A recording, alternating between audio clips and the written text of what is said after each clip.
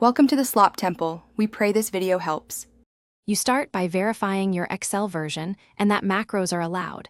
This affects which keys and tools are available. Open the workbook and immediately save a copy with a new name so you can test without risk. Once done, make sure the ribbon, formula bar, and status bar are visible. These give context when you press keys. Now move to the first key search. Use Ctrl+F for content searches and Alt to reveal key tips on the ribbon to locate the feature quickly. You now focus on finding the specific key or feature inside Excel.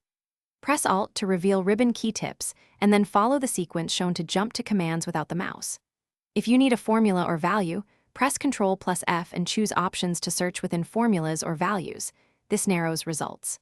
For cell-level keys, open Name Manager or use F5, go to Special to identify constants, formulas, blanks, and data validation. Once located, note the exact keystroke sequence. You finish by assigning the key or creating a quick access toolbar shortcut so the key sequence is reproducible. Right-click the command and choose Add to Quick Access Toolbar, then Alt shows its number.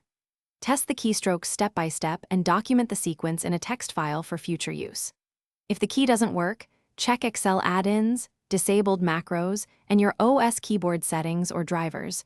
Restarting Excel often clears conflicts. As a tip, try safe mode to isolate add-in interference.